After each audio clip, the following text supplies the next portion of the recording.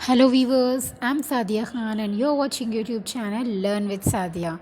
My topic for today's video is poem A Red Red Rose by Robert Burns. Before we begin with the poem, let's read about the poet. Robert Burns 1759 to 1796, the Ploughman poet, is one of the leading voices of Scotland in English literature.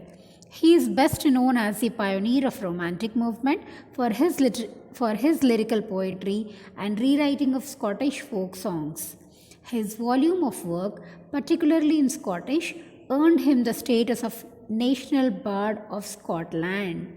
His interest in reviving the culture of his land and the focus on very subjective themes make him an inspiring and passionate poet. Here we need to remember that Robert Burns, he was popularly called as the Ploughman poet, and he also earned the status of National Bard of Scotland, and he added so much to English literature, and he was a pioneer. See, he was the first person to write the lyrics, especially in this romantic movement. So, here I will tell you about the poem and gist or central idea of the poem. See, this poem is one of the best lyrics of English poetry. So, it is a lyrical poetry. So, this poetry can be sung to the tune of musical instrument. So, lyrics usually will have 16 lines. These 16 lines are divided into 4 stanzas. You can notice. So, 4 stanzas, each containing 4 lines. See, gist of the poem. It will give us the central idea or theme of the poem or what actually is present in the poem. See, I'll tell you what actually it is.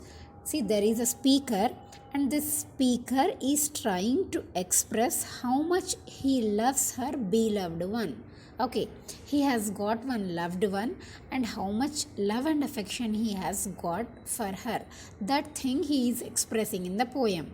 Besides expressing his love, he is assuring her, he is making her confident that this love is not temporary, it is not for time being, it will remain forever. Okay, now he is leaving, he is saying farewell and going, but that will be just a temporary situation.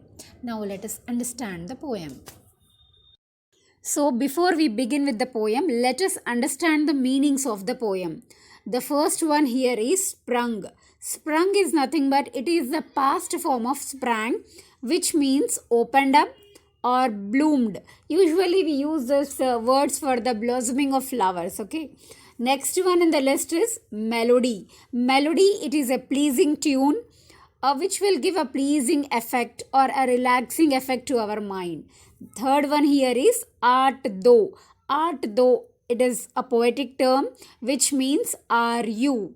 Next, bony. Bony means pretty and happy. A person who looks gorgeous as well as the person who stays happy as well is called as bony. Then we have the next one, lass, Lass, lass, which is the antonym of lad. Okay, lass means a young woman or a girl or a lady, we can term as. Then the next one is thee. Thee means you. Thy, thee, and thou. All these three words have the same sense. They are pronoun you or yours. Then the next one is gang. Gang usually means a group of people.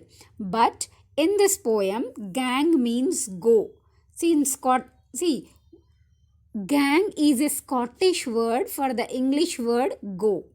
So, usually gang means a group of people, but here in this particular poem, gang means go. Okay, here O is the short form of. The next one, wheel, W-E-E-L, wheel means well or good. When everything is fine, we say wheel. Okay, then the next one is fare thee wheel, which means farewell or saying goodbye to somebody.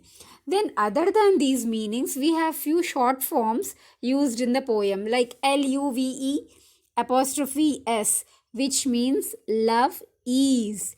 Usually when we write a sentence, we write love is. But in poetic language, to enhance the beauty of the poem or to make it more sensible, there people use short forms there. Then for the word played, P-L-A-Y-E-D. A short form is used, that is P-L-A-Y apostrophe and D. Then A means all, O means of, W-I means with, T-H-O, it means though. It is the short form of though. So we need to remember this note very well. Loves is love is. Here, instead of using the exact spelling, there is alteration of spellings so that like it is adding up to the beauty of the poem. In this poem, speaker is conveying his love for his beloved one. He is trying to assure, or he's trying to make her confident that he will love her forever. Oh, my love is like a red, red rose that is newly sprung in June. Oh, my love is like the melody that is sweetly played in tune. This is the first stanza of the poem, wherein here the speaker is comparing his love with a red, red rose, and speaker is saying that his love is like a fresh rose. Usually flowers blossom in the month of June, they sprung up. So he's comparing his love. He's saying that his love is as fresh as the flower which sprung up in June. So in the next two lines, he's saying that his love is like the melody that is sweetly played in nature. So he's comparing his love to the pleasing tune, to the melody. Usually, when we listen to the pleasing tune, we feel very relaxed. Here he is comparing his love to the melody or a beautiful music played by a skilled musician. Moving to the second stanza. As fair art thou, my bonny lass, so deep in love am I, and I will love thee still, my dear, till all the seas gang dry. In the second stanza, he is trying to say that, my dear beloved, you are a bonny lass, you are a very pretty young woman, you are a beautiful woman, and I am deeply in love with you. And he is assuring that he is making her confident that he will continue to love, my dear pretty woman. I will love you till all the seas go dry. Seas are the water bodies which contain huge amount of water, large amount of water. Here he is saying that till the seas go dry, I will continue to love you. Here he means that he will love her forever. Moving to the third stanza. Till all the seas gang dry, my dear, and the rocks melt with the sun, I will love thee still, my dear, while the sands of life shall run. Here, in this third stanza, he means to say that he will continue to love the beloved even after the seas have evaporated and the earth has decayed. Even if the seas have evaporated and the earth has decayed, speaker will still continue to love the beloved. Okay. See, this love will endure, or this love will remain even if both of them die, or even if the entire humankind is dying, but still their love will remain eternal. So, third paragraph says that even if the seas go dry and even if the rocks are melting with the heat of the sun, but still he is going to continue to love her beloved one. And fade thee weal, my only love, and fade thee weal a while, and I will come again, my love, though it were 10,000 mile. And the last paragraph, last stanza, writer is concluding by saying goodbye to her. And he is saying that this separation is a temporary one. It is just for a while. We are not going to separate forever. This is just a temporary separation. I know, I'm sure that I'm going on a long distance. I'm not going on a short distance. I am going to cover 10,000 miles.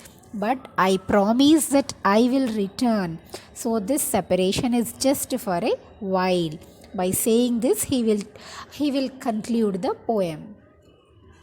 Thanks for watching the video. If you are new to my channel, please do subscribe it right now. And do not forget to hit the bell icon for my latest videos. Like, share and comment as well. Thank you.